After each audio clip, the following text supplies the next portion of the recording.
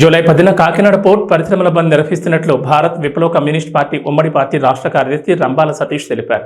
సోమవారం కాకినాడ పార్టీ కార్యాలయంలో జరిగిన విలేకరుల సమావేశంలో ఆయన మాట్లాడుతూ, సంవత్సరాలు గడుస్తున్న ప్రభుత్వాలు మారిన పోర్టు పరిశ్రమల్లో పనిచేస్తున్న కాంట్రాక్ట్ కార్మికుల సమస్యలు ఎక్కడా పరిష్కారం కావడం లేదని ఆయన అన్నారు. మీడియా మిత్రులకు, కార్మికులు అందరికీ కూడా విప్లవ అభినందనలు తెలియజేసుకుంటా ఉన్నాం.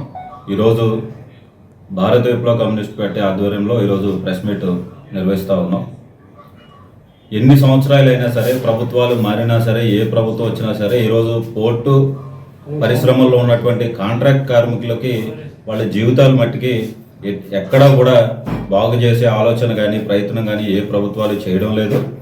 ఈరోజు ముఖ్యంగా కాకినాడ పరిశ్రమలో వేలాది మంది కార్మికులు పనిచేస్తూ ఉన్నారు. పోర్టులో వేలాది మంది కార్మికులు పనిచేస్తూ ఉన్నారు. నేటికి కూడా ఎవరికి కార్మిక చట్టాలు అమలు కావడం లేదు.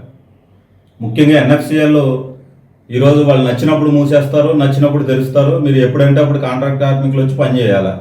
వాళ్ళు కనీసం ఇంటిమేషన్ ఇవ్వరు. ఇప్పటికీ గ్రీన్కో కంపెనీ యాజమాన్యం టేక్ ఓవర్ చేసిన తర్వాత ఇప్పుడు దాదాపుగా నెల రోజుల నుంచి కూడా ఆ పరిశ్రమ తెరవడం లేదు. మేము ప్రధానంగా డిమాండ్ చేసేది ఏంటంటే ఎన్ఎఫ్సిఎల్ పరిశ్రమను తెరవాలి.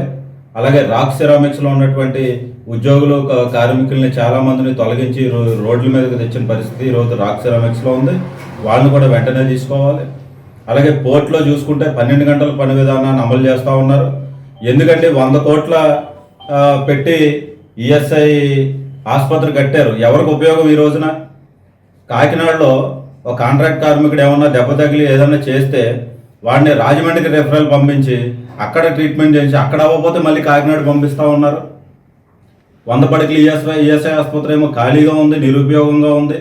మరి దీని మీద ఈరోజు ఎంపీ గారు తంగేళ్ళ ఉదయ్ గారు ఆయన చెప్పారు మన ప్రచారంలో, మేము కాకినాడ పోర్టు ఇలాంటి పరిస్థితి మారుస్తామని చెప్పారు. ముందు 100 పడకల ఆసుపత్రి రెఫరల్ గురించి మాట్లాడండి, దాన్ని ఉపయోగకరంగా ఉండేలా చూడండి. ఈరోజు పరిశ్రమలు అయితే మరీ దారుణమైనటువంటి పరిస్థితులు ఉన్నాయి.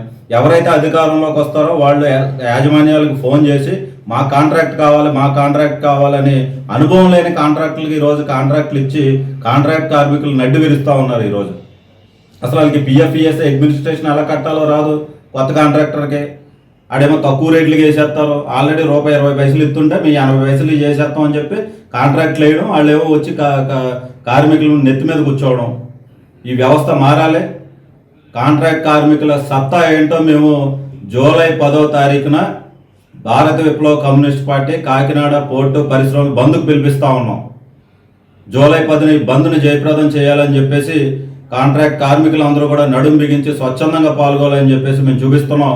మేము ఖచ్చితంగా తక్కువ అంచనా వేస్తే వేసుకోండి. జూలై 10వ తారీఖున మీ బంద్ని జయప్రదం చేసి మేము మా యొక్క డిమాండ్లు సాధించుకుంటాం, ఈ పోరాటాన్ని కొనసాగిస్తామని చెప్పేసి మేము చెప్పదలుచుకున్నాం ఖచ్చితంగా. నా పేరు రంబాల సతీష్, భారత విప్లవ కమ్యూనిస్ట్ పార్టీ రాష్ట్ర కార్యదర్శి.